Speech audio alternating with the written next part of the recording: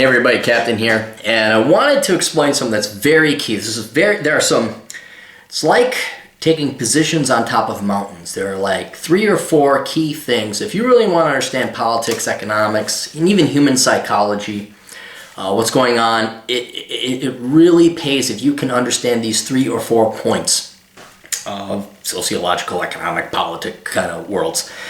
And it's no different than if you had 4 top peaks within an area, and you definitely want to get on top of these peaks and hold these positions so you can see what's going on around you. If you can get to these peaks, it becomes very clear. So it's like the difference between being in an airplane over World War I and seeing what's going on versus being in the trenches down below and having no clue what's going on because you're just getting shelled and gassed and you don't have the perspective. So this is one of those things that you have to understand, and once you do, and it's not conspiratorial, guys. It's not conspiratorial. It's true. This is what's happening.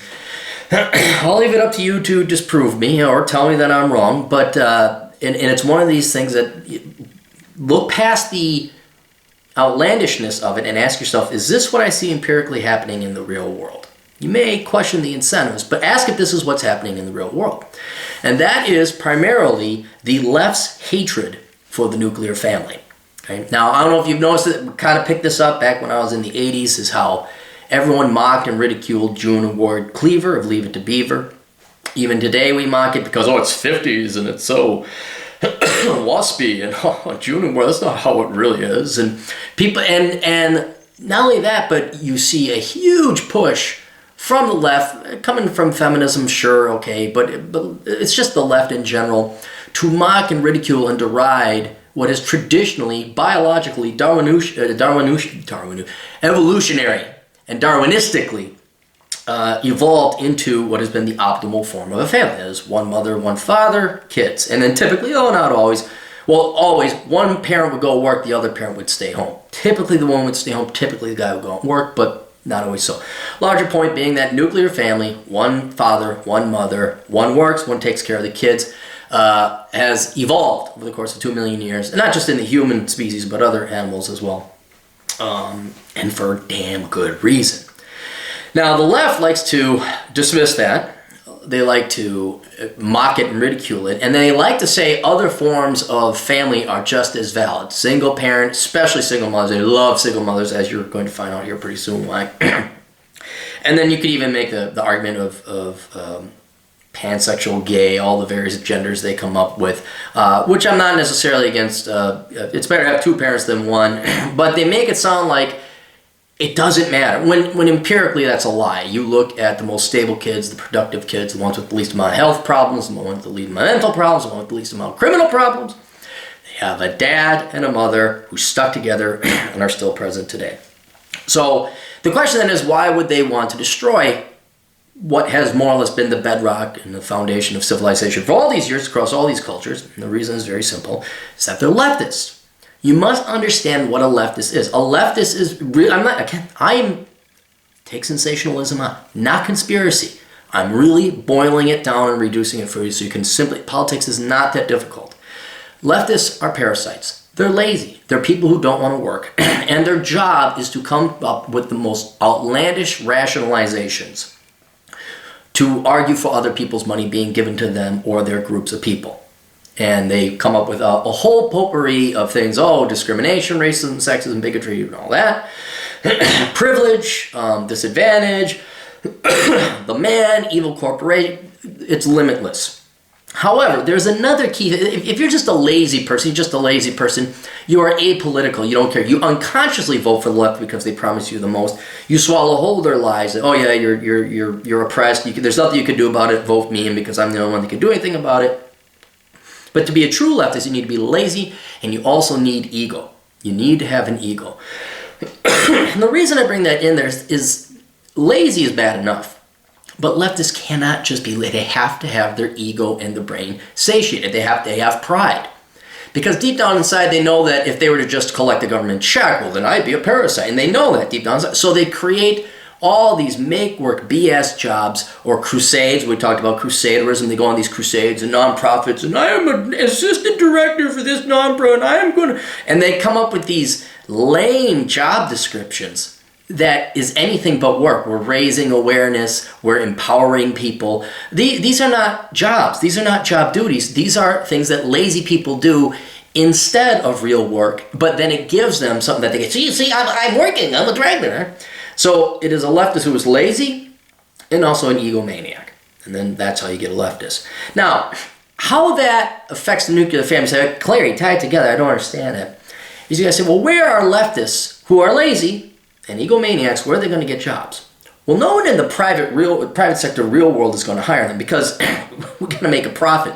We can't hire lazy people, and we can't hire people that are egomaniacs. They won't produce. They'll expect promotions for empowerment, raising awareness, organizing. What are some of the other buzzwords that our clients, our customers don't want? Whoever wanted, I want you go to Best Buy and say, I want some empowerment. No one in the real world wants that. So you have to make it. Where they make it is the government or nonprofit, but we're primarily going to talk about the government, right? Now, government jobs are nonprofit by nature, and they are primarily used to solve various ails. Now, in the olden days, the government didn't care about societal ails. The government coming in, we're going to keep the place safe with the military. We're going to build some roads. We're going to have a legal system, and we don't care what happens to you people afterwards. It's up to you. Right? However, with time comes people going more from a republic to a democratic route, and people have started voting in the government to do nice things. And this is a very easy slope to fall down. Where it's like, well, geez, there's poor people. We ought to do something about it. You never ask the question, why are they poor in the first place? You never ask that question. You just say, it'd be nice to help the poor people. And so programs start getting voted in. And if as a politician, you got to think how tempting that is. Say, well, look, I can get the poor people's vote or the old people's vote, whatever group of people you want to help out. The more money I offer to more people, the more people are going to vote for me. So there's where you get the political and thus the financial incentive to start creating all these government programs. Now, who staffs and runs the programs? Well, by gosh, by golly, look at well-endowed Molly. You have leftists who want more government money, who also have ego. They're too lazy to work real jobs. So we're going to go and become things like nonprofit, social workers, teachers, educators, assistant vice directors, all these other things that do the empowering and raising awareness and all that. And who also have the ego drive. They're not just lazy. It's not like I got my government check, I'm happy. They got to go some places. Look at me, I'm productive. And that's where you get the meeting. And it works well. They complement each other. So now the government and politicians have this incentive to start creating these programs to do nice things for nice people and take care of them and offer health care and education and daycare and all this other stuff. And leftists are only more than happy to come in and do this faux fake work at bloviated prices, which also satiates their ego. Now what you have, and I believe it's unintentional, but after a while this mentality becomes ingrained. It originally started out unintentional, very well intentioned. But what ends up having happen is the government starts to take on more and more of the role of the parents, more and more of the role of the nuclear family, specifically the father. Provider, financier, protector, guarantor, all these other things. And what ends up happening is, as time goes on, people who are professional leftists start to realize what side of the bread their bread is buttered on. And a lot of these leftists, because you're lazy, this is very key, but pay attention, people, not conspiratorial, so real. You look at your average leftist, especially feminists, but you look at your average leftist, they're ugly. They're not going to attract a mate. They're not going to attract a spouse. So they have no incentive whatsoever. Not all of them, most of them. They have no incentive whatsoever to go the nuclear family route. Their family is the government. That's where so now they could say, all right, I'm never going to have a family, so this isn't a problem for me. But I do need a job, and I do need my ego satiated, so I'm going to viciously what's the word I'm looking for? Not just viciously, but vociferously, very adamantly advocate that the government take on more and more roles from the nuclear family. The nuclear family becomes their enemy because it gets in the way. The more nuclear families you have, that means the less demand there is for government, therefore the less demand for social programs, and the less money that is given to these leftist, lazy egomaniacs. So they now have the incentive to berate, belittle, besmirch, destroy, rip upon, mock and ridicule the nuclear family, especially the men. And you see this happening. Single moms are heroic. You don't need a man. Fish and bicycle. Stuff that we've heard coming out of third wave leftist feminism. Okay, we got that. But it's the left in general. I keep hating to pick on feminism, but they speak directly to the binary aspect of you need a man and then a woman. And they're just, not only are they belittling the role that men play and besmirching it and replacing it with the government, they're brainwashing the female percentage of the population, female half of the population, saying you don't need a man. All you need is the government.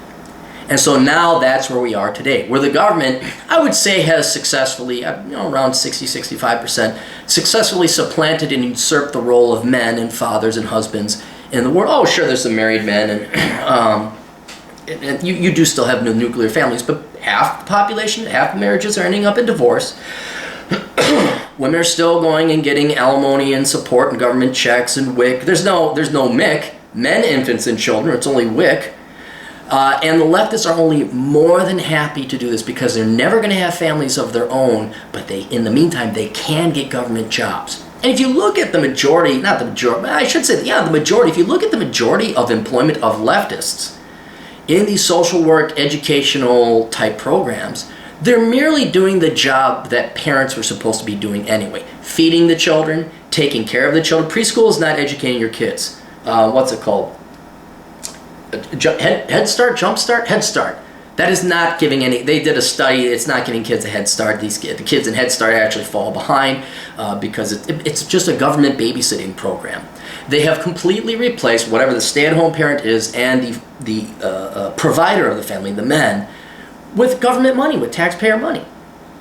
So if you're wondering, why is it, where do they have this incentive to start ripping on June and Ward Cleaver? What is so wrong with having a guy and a gal getting married? Especially what is wrong with a woman daring to be a stay-at-home wife? These people are a direct threat to these leftist socialist parasites who want to have a make-work government job for them where they simply take care of other people's kids. A lot of them don't really actually do that. That's like the low level runts, your interns and your those foolish girls that got only masters in sociology and child psychology, and then they go babysit over the daycare or the frickin' government assistant. Now the schools now have daycare for some of the ghetto schools where there's so many of the teenage mothers that have kids that needs to be a daycare in the school. That's where they do the actual babysitting. But then there's administrators and assistant directors and vice directors and all that other stuff. I mean, seriously, look at a nonprofit, go look at a government agency, and look how top-heavy management it is. And it's all these people with their worthless master's degree in sociology, child work, all that early daycare, all that other crap. All they did was major in parenting, and poorly so, I might add, so that they could get paid by the government to take care of your children. This is why they're for divorce. This is why they're anti-marriage. This is why they're anti-nuclear family, because the more nuclear families are out there, the more stable, and they do a superior job. Nuclear families do a superior job raising the children, as evidenced by kids that come from single-parent households. So it is a battle for Lord knows what kind of trillion-dollar industry. What would education's $1 trillion? What is children's health care? I'd have to look it up, but we're talking multiple trillions of dollars, at least a $2 trillion industry taking care of these kids. And if these leftists, who again are lazy, can have the job of parenting turned into a government union job so they get overpaid to do the job that a nuclear family can do way better and way cheaper, they'll take it. Because they avoid having to go to, learn a real skill, learn a real trade. They get a government check anyway because they're lazy, and then their ego is satisfied because they got some title. Anyway, that's one of the mountaintops you got to understand. You got to climb to that peak to see what's going on and realize it, especially if you're thinking about having kids, especially if you're thinking about marrying a modern-day American in today's world. Anyway, best of luck. Toodles.